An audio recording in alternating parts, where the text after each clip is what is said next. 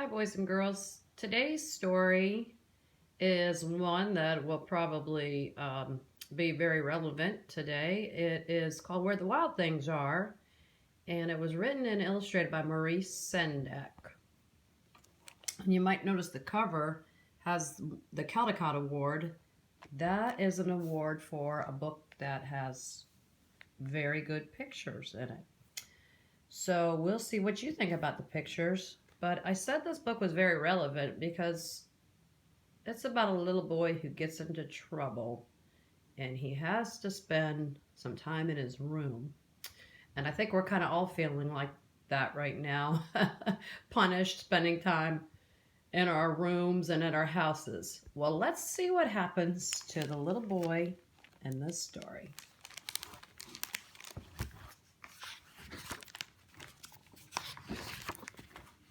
Where the Wild Things Are by Maurice Sendak. The night Max wore his wolf suit and made mischief of one kind.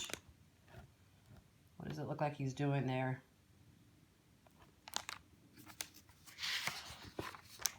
And another.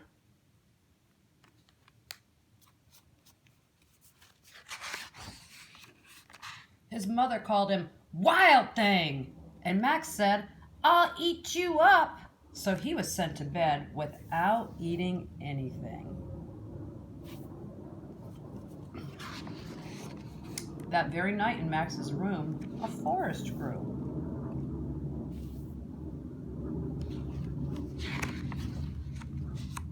And grew. And grew until his ceiling hung with vines and the walls became the world all around.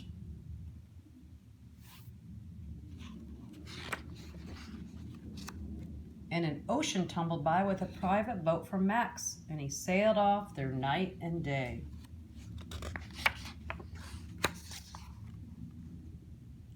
And in and out of weeks, and almost over a year, to where the wild things are.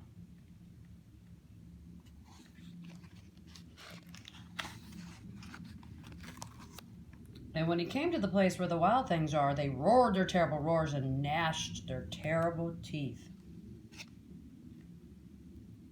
And rolled their terrible eyes and showed their terrible claws. Till Max said, "Be still," and tamed them with his magic trick of staring into all their yellow eyes without blinking once, and they were frightened and called him the most wild thing of all, and made him king of all the wild things. "And now," cried Max, "let the wild rumpus start." That's my favorite part of the book when he says that. And here they are rumpusing.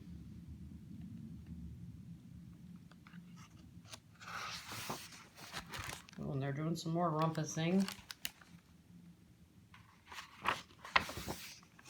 Wow, and even more rumpusing. He looks like he's having a good time. "Now stop," Max said, and sent the wild things off to bed without their supper. And Max, the king of all the wild things, was lonely and wanted to be where someone loved him best of all. Then all around from far away across the world, he smelled good things to eat, so he gave up being king of where the wild things are. But the wild things cried, "Oh, please don't go. We'll eat you up, we love you so." And Max said, "No." The wild things roared their terrible roars and gnashed their terrible teeth and roared their terrible eyes and showed their terrible claws. But Max stepped into his private boat and waved goodbye.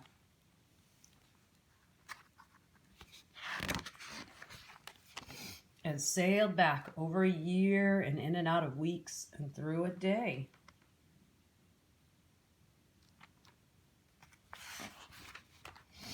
And into the night of his very own room, where he found his supper waiting for him.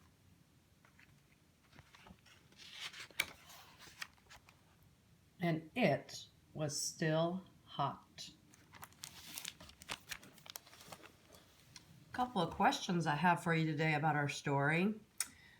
First of all, Max seemed to calm down when he traveled to the land of the wild things.